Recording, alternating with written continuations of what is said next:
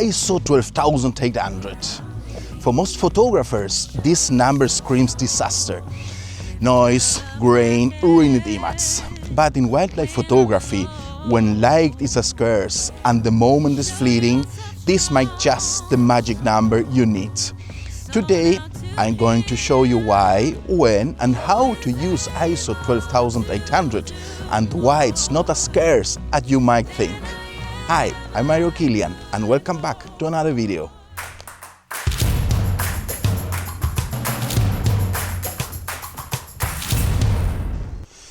We have all heard it before. Keep your ISO as low as possible. Sure, it's a solid advice for controlled environments, but in the real world of wildlife photography, things are far from controlled. You can't ask a bird to hold still while you're adjusting your settings, and you certainly can't pause the rising or setting sun. In these situations, trying to shoot at ISO 100 or 400 can lead to one of two problems. Either you underexpose the shots or you risk blurring the action with a slow shutter speed. And that's where high ISO comes into play. So, when exactly should you push your ISO? The best answer is when the light is low and the moment is unmissable. Imagine you're out on a shot. The sun is setting and a predator is on the move. Or maybe you're in a shadowwood forest, tracking a bird in flight. These are the times when you crank that ISO dial to 12,800 and trust your camera to do the rest. This bridge is made of hope. This bridge is made of hope.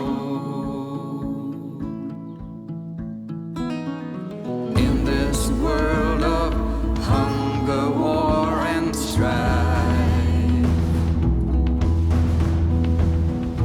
we can together, all included, build a better life. This bridge is made of hope.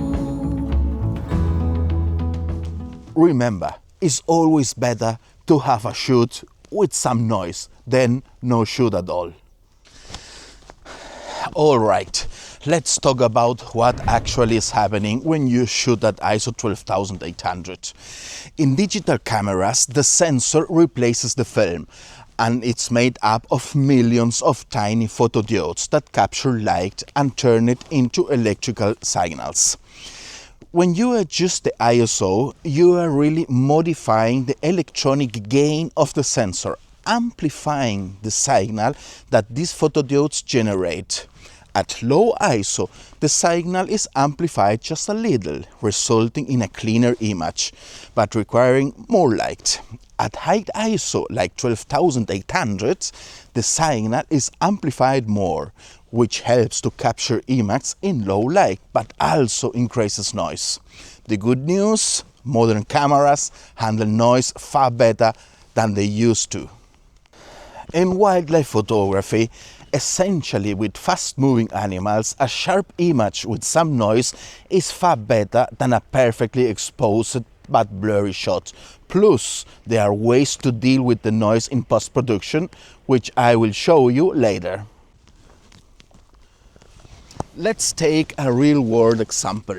Here I'm photographing birds just before sunset. I'm using a fast shutter speed to freeze the movement, but light is fading fast. With my aperture wide open, my only choice is to increase the ISO. And guess what?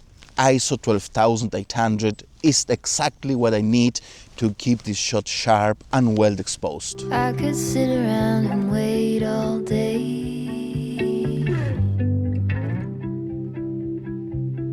You lay easy on my mind, like a candle I just burn away.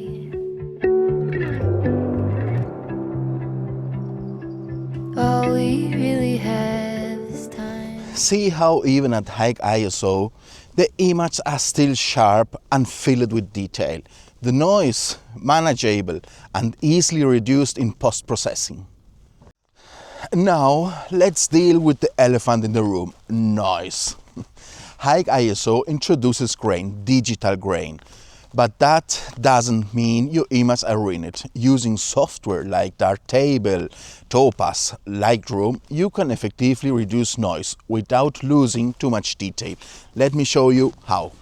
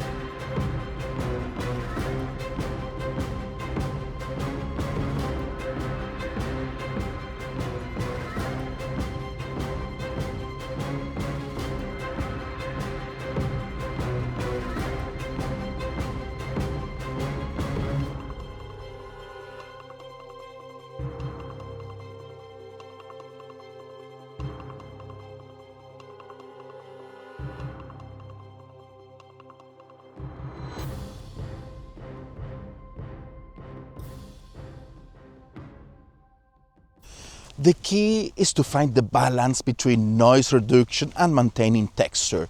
You don't want to overdo it and end up with an overly smooth image that loses its natural look. There are also a few tricks to minimize noise, even when you're pushing ISO to the limits. As first, expose to the right.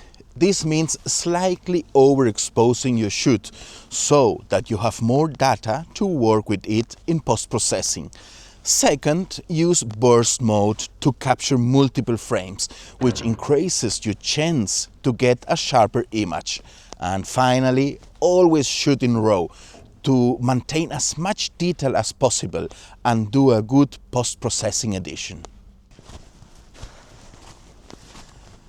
At the end of the day, ISO 12800 isn't something to fear, it's a tool. It allows you to capture moments that would otherwise be impossible. Yes, noise is part of the package, but in wildlife photography, the story behind the image is more important than perfect technical quality. So, next time you're in a low light situation, don't be afraid to push your ISO to 12800. Who knows, you might just capture something unforgettable. Thanks for watching, and as always, happy shooting, and I hope to see you in my next video. Bye bye.